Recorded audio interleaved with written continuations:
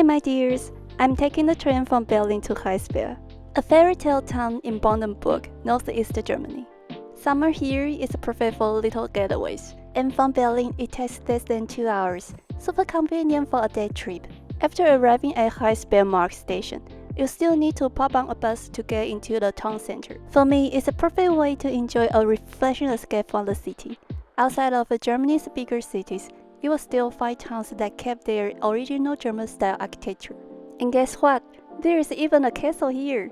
So I'm really excited about this trip. This is actually my second visit to Rheinsberg. The first time I came, the weather was all gray and gloomy, and I couldn't really capture the beauty around the castle. So here I am again, ready to take another walk around this little town, hopefully with some sunshine this time. Every small trip like this makes me feel so excited all over again. Rheinsberg Schloss. At the entrance of a palace, you will see the statue of Prince Heinrich von Preußen, the younger brother of Friedrich der Große. It was placed here to commemorate the years he lived in Schloss Rheinsberg. The statue highlights both the prince's historical importance and the palace's role as a cultural and royal residence in the 18th century. The weather right now is a little bit cold. The weather forecast says it would be the sunny day just in the afternoon. Maybe I just stay here for 1 hour, I think so. This is my outfit of the day. An elderly gentleman kindly asked me. Alles gut, danke schön.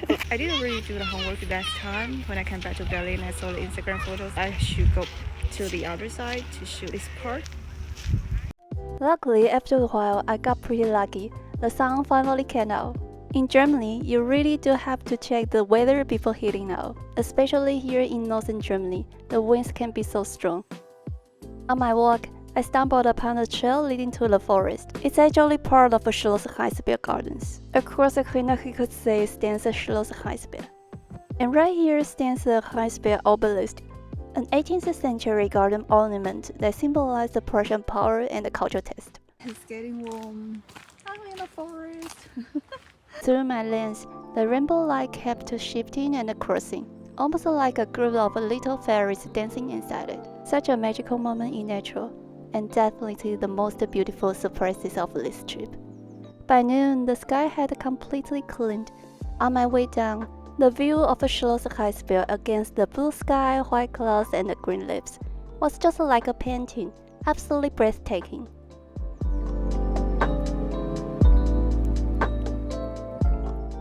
I came back to the palace in order to shoot this part of the palace. It's so beautiful, really amazing. Before coming to Rheinsberg, I thought it was just another small town. But it turns out the palace hosts such an important piece of history. Today, Schloss Rheinsberg is not only a historical museum and a cultural center, but also the place for music, art, and leisure events. Even outside of the palace, I could hear the sound of a classical scene drifting through the air. It was so beautiful. Other than Berlin where I live, I actually love visiting places with fewer tourists. That's when you really get to feel the everyday life of the locals.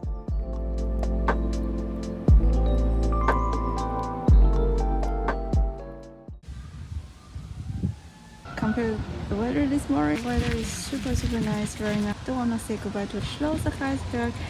I don't know when I will come back here. Cheers, ciao ciao. Here in Rheinsberg, most of the people strolling around were elderly, and honestly, they all seemed so happy and full of life. The gardens of Schloss Rheinsberg were designed with the rivers and canals, blending the palace beautifully with a lake. It's a perfect example of Baroque and Rococo garden design, with the swans gliding across the lake. It truly feels like stepping into the painting. This unexpected trip turned out to be such a rewarding experience. So let's take one last stroll around this beautiful palace.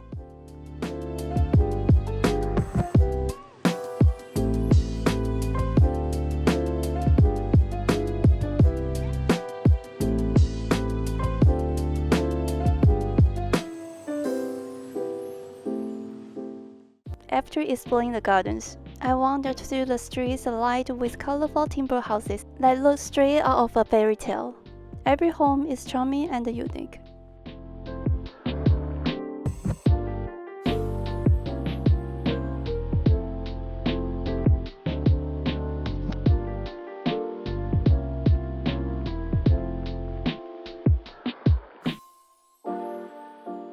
I then made my way to Rheinsberg See, which is much larger and more open than Kulturstadt See.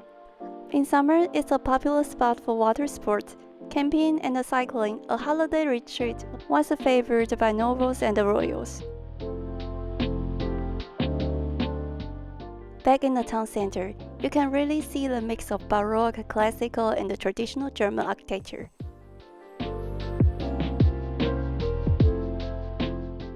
Unlike Rothenburg in South Germany, where the whole city is filled with medieval timber houses, Rheinsberg feels different, yet still magical in its own way.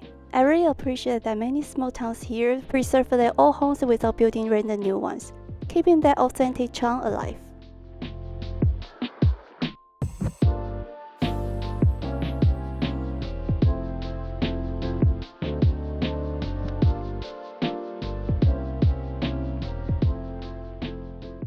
After a long day of walking, I couldn't wait to revisit one of my favorite spots, the Ratskeller, right across from the palace entrance.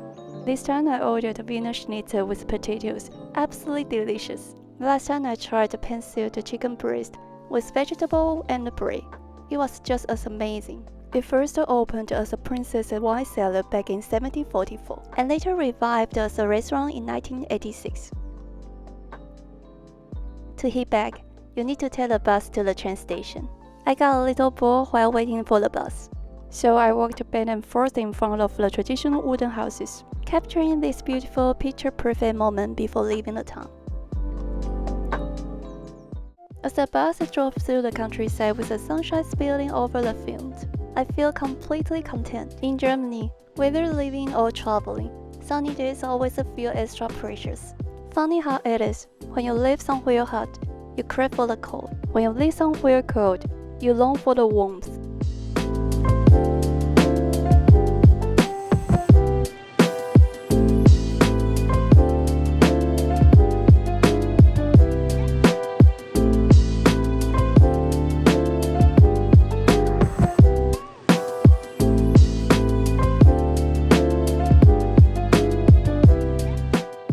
And finally arriving back Rheinsberg toll station.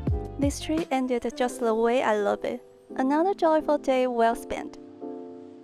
Last time I took the train to Grancy and then caught a bus to Rheinsberg and continued down to another small town called Lindow. Germany's countryside roads are lined with neatly planned houses, so you never really get bored just looking out the window.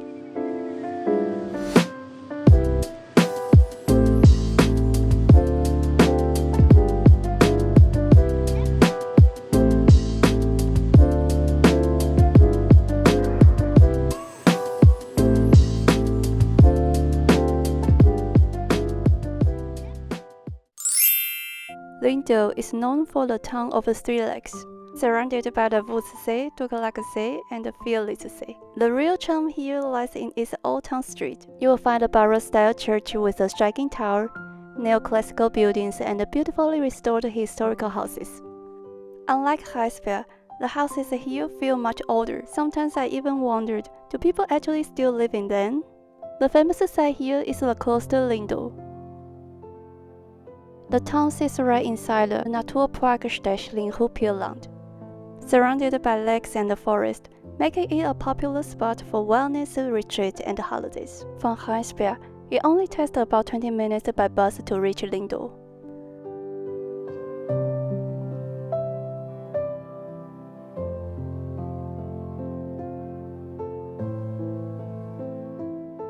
The yellow building is the city hall. Isn't it adorable?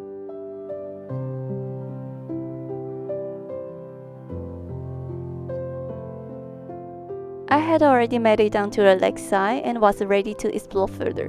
But suddenly the sky turned gray, and a cold wind swept across the lake. And of course I didn't bring the jacket, which you really should always have when traveling in Europe. It got so cold that I completely lost the mood to film. Still, capturing a nostalgic street was enough to leave me with a beautiful memory of Lindow. A few days later, I took a train from Berlin about 2 hours ride, and finally made it to Dresden to visit my classmate. Even though the morning sky was still a bit gray, walking through the city felt really pleasant. That's actually pretty normal weather here in Germany. I arrived about 2 hours earlier, just to feel the city's unique energy. The pedestrian shopping street Pragerstraße really reminded me of a fun food, lined with modern shopping malls and always packed with people. And then I'm so happy to finally see Stephanie. We each ordered the pasta for lunch. She was a little shy in front of a camera, so I didn't keep filming. After lunch, we wandered around the Altmark, the old market square. Like many big German cities, Dresden has both an old town and a new town. But of course, everyone prefers strolling through the historical old streets. Dresden is the capital of Saxony and an important cultural, political, and economic hub in East Germany. It's actually been a popular city since the 12th century.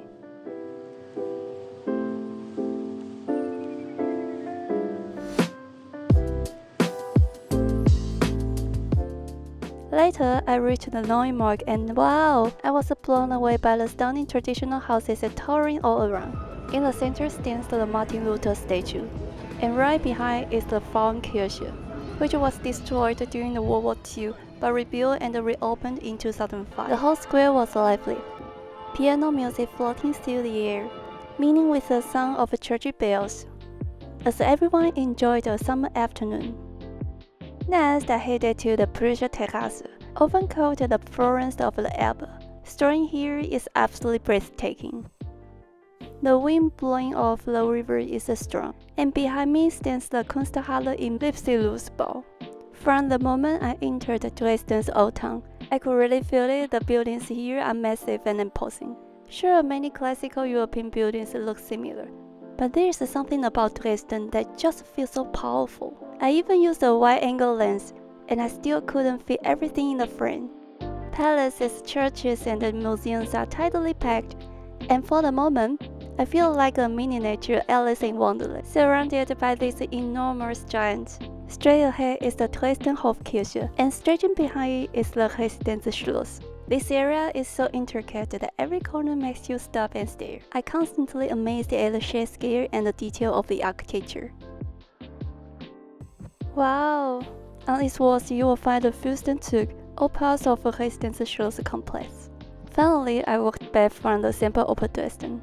The modern yellow tones weaving between these historical buildings made for such a perfect scene. A 2-day itinerary will be ideal to really explore. Before leaving Dresden, I strolled back to Neumarkt Square and feel the city's energy once again. It's hard to imagine that this city was completely destroyed during World War II. The Frauenkirche stands a symbol of peace, like a phoenix rising from the ashes. I'm really grateful for this special day, leaving Dresden with my sense full of stunning sights and culture. Now, time to head back to Berlin. If you enjoyed this video, don't forget to give it a thumbs up and subscribe to my channel. See you next time. Ciao ciao.